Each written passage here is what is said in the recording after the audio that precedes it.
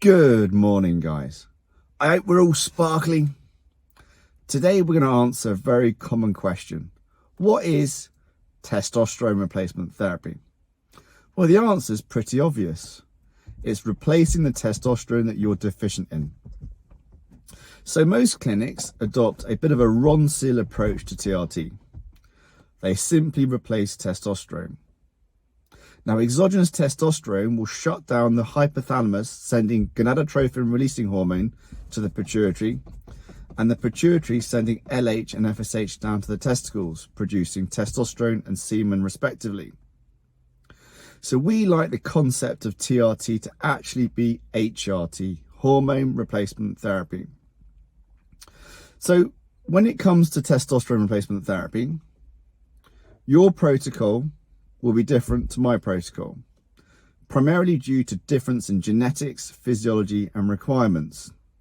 However, there are fundamental principles that every patient adheres to. We are essentially trying to mimic natural physiology. Now, we know that testosterone follows a diurnal pattern. Your anabolic processes predominate at nighttime, so you have a spike of testosterone in the morning with cortisol to go do what? Hunt and gather. And you often have a 30% drop in testosterone over the day. Why? Because of activity, digestion, etc. So we want levels to be stable. We actually want a very slight peak in the morning.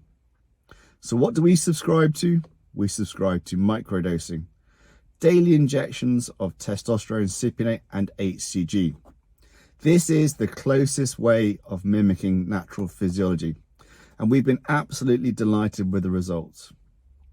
Is that it? Disappointingly, no. Sometimes we need to use adjuvants, such as tadalafil.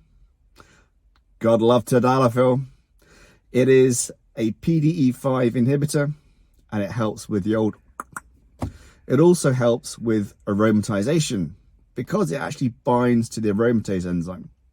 So when guys have a very mildly elevated estrogen, tadalafil can be the answer. It also helps with cardiovascular health. I'd stick it in the water. So what else do we use? Well, sometimes we have to use a microdose of exemestane. Now, if you think about the tablet that comes as a 25 milligram dose, often our dose is 1 milligram. Yes, 1 milligram, a 25th of the dose that they would give to a female, because men are different. We have far less estrogen, so we do not need to use massive doses of an aromatase inhibitor to optimize the testosterone to estrogen ratio. So it's about stability. It's about attaining a healthy testosterone to DHT to estrogen ratio for optimal health and well-being. Nothing more, nothing less. Now, your prescribing clinician must have a solid understanding of the foundations of physiology.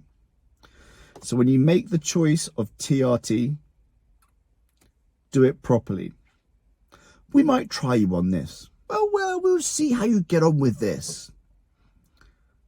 No. Every patient that comes to the men's health clinic will be on testosterone cypionate. That doesn't work. We sometimes use a microdose of Nebido, a weekly microdose of Nebido, and that's in guys who have single figure SHBGs who cannot get stable on testosterone cypionate. We don't try creams. We don't try patches. We don't use Sustanon. We don't use anything that we cannot explain why we use it. You must have a solid foundation. You must understand why you are doing what you are doing. And if you have any negative effects, your prescribing clinician should be able to explain exactly why he thinks you are having these negative effects and what he can do to reverse them. Now, often it's in your court. When it comes to estrogen, what should you be doing? You should be looking after your lifestyle, your diet, and your training. Ignore estrogen. You should be doing that anyway.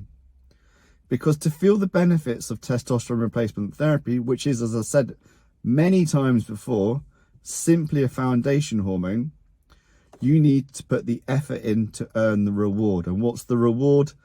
Dopamine. All of these guys chasing high numbers to feel optimal, what they don't realize is high testosterone leads to high dopamine. Well, that sounds wonderful, doesn't it?